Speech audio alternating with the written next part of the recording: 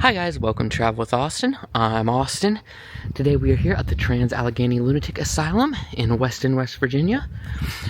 And today we are going to be checking out the building for the criminally insane, also known as the Forensics Building.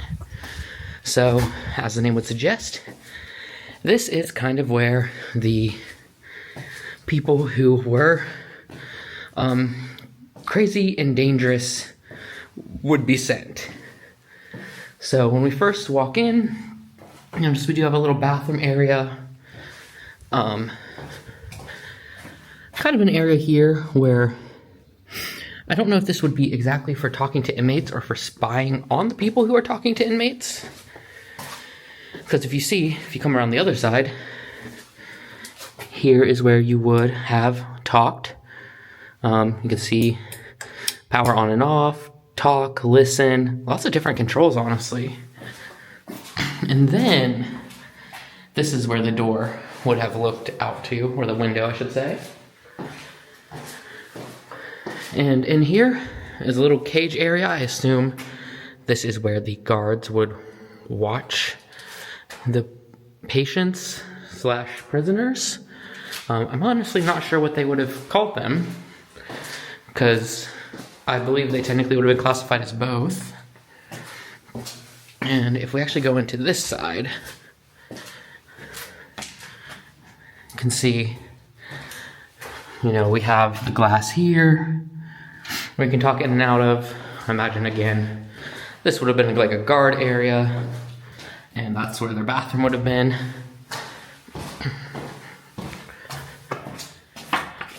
And then we have the same thing over here where we have a guard area. This one does have a mannequin in it. Very weird. I don't know. I don't like how he looks. And then we can, of course, look out into here. Now, I did just notice that this room, it does look like it's also storage, but it's also the water fountain. So the water fountain was behind a closed door. Kind of strange, if you ask me. And then, as we go in, you can see big, wide open areas in here. So, they do have some beds in here. So this is pretty much what it probably would have looked like. Wide open, bed after bed, no privacy. They can see everything you're doing. Like here is the heating equipment, and as you can see, even it would have been locked off. Bathroom is in direct view of the guards. So there is a little blind spot right there, I won't lie. But here's where the sinks are and everything. Then they do have, these plastic utensils and stuff up here. And it says, these original plastic items are considered less dangerous than their counterparts made of metal and porcelain, typically used in other parts of the asylum. So in other parts of the asylum, they could use the metal ones, the porcelain ones, but in here, they had to use these less dangerous ones. And what's actually really cool is this note at the bottom that all these items are found in this building since the private purchase of the campus and farm in 2007. So that's cool that they're actually all from here. Here is the shower area. We got some names up there from 1985, it looks like. So that's pretty cool. The asylum did not shut down until 1994. Oh, there's 1979. And now I'm not sure if this part, it could have shut down before the rest of the asylum. I do not know. Unfortunately, one of the things about the history, or about the photography tour, is you don't get the history that everyone else gets, but you get to wander around, which is really cool. I do love how the ceiling looks in here. And again, this wide open room.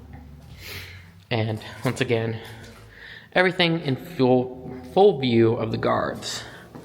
So, 9 prisoners, so they called them prisoners, escaped at Weston. 3 seized. A murderer and a kidnapper in the group. Wow. So, yeah, that's interesting. So, definitely people who were dangerous. Murderer and kidnapper. Also, I have to wonder if they ever got the other 6 back, since it only says that they got 3.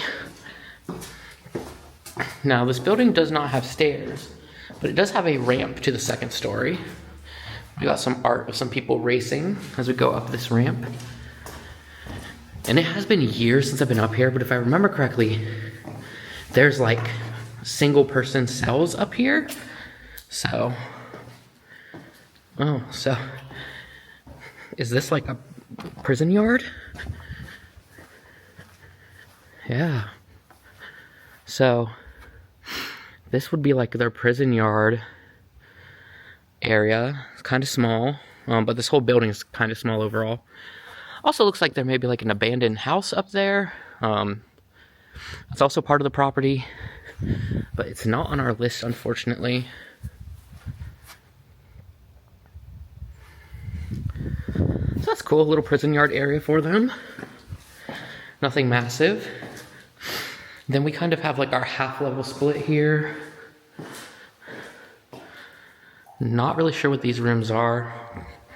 Could tell they're not in the best of shape compared to the rest of the building.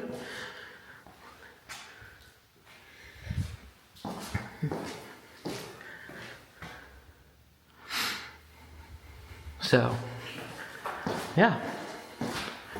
Let's see what this is. I mean, given that these people were considered criminally insane, you know what, actually? It's possible that maybe this was like the cafeteria part and those blocked off areas are where they handed out the food. I'm just spitballing here. But it's such a small area in here. And maybe that was done on purpose. Maybe only like so many people could eat at a time for security reasons. But I was thinking alternatively, since they were considered the criminally insane, they probably did have to go through like therapy and stuff. And that probably was done in this building.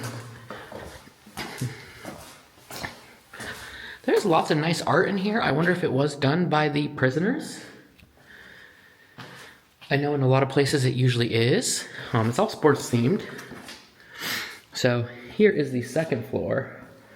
You can definitely tell it's a bit worse for wear up here. Well, that's interesting.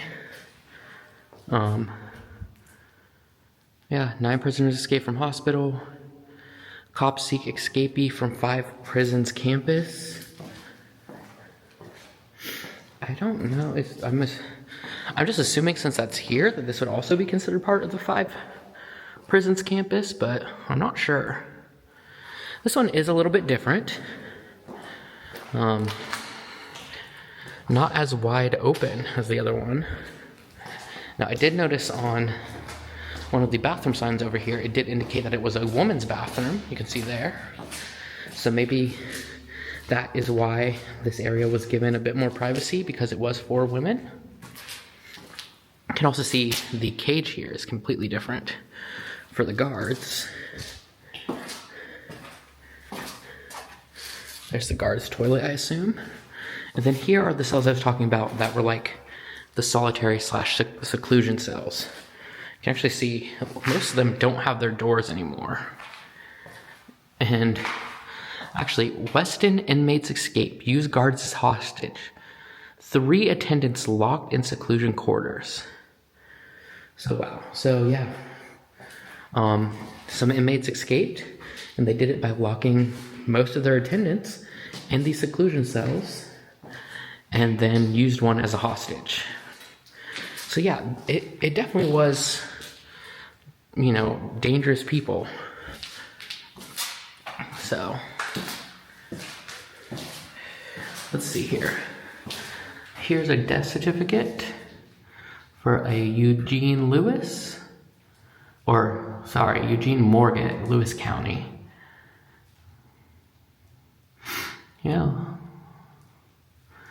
Oh, his cause of death was anaphylactic shock due to penicillin. I'm actually also allergic to penicillin, so that's kind of interesting. So, once again, this area looks more like the other side. We're getting wide open. Only one stall over here that I can see, unless there's one just... So there was a toilet here, it just looks like it didn't have a proper stall. And one thing I do notice, other than the heater taking up a shower stall, there's no cage area. There was, you can see where it was at one point. So it was right here, but at some point they had removed it, which is very interesting. So yeah, this is the building for the criminally insane, also known as the forensic building, here at the Trans-Allegheny Lunatic Asylum in West Virginia. Now technically there is a lower level to this, however it is locked off. I did look in the window and it looks like it's kind of set up for like a banquet type deal, which is kind of interesting. But yeah, this is the building. You can see it either on the photography tour or they do tours very specifically for the criminally insane history. I hope you guys enjoyed this video. If you did, please give it a thumbs up and please subscribe. And I'll see you guys next time with a brand new video. Thanks for watching.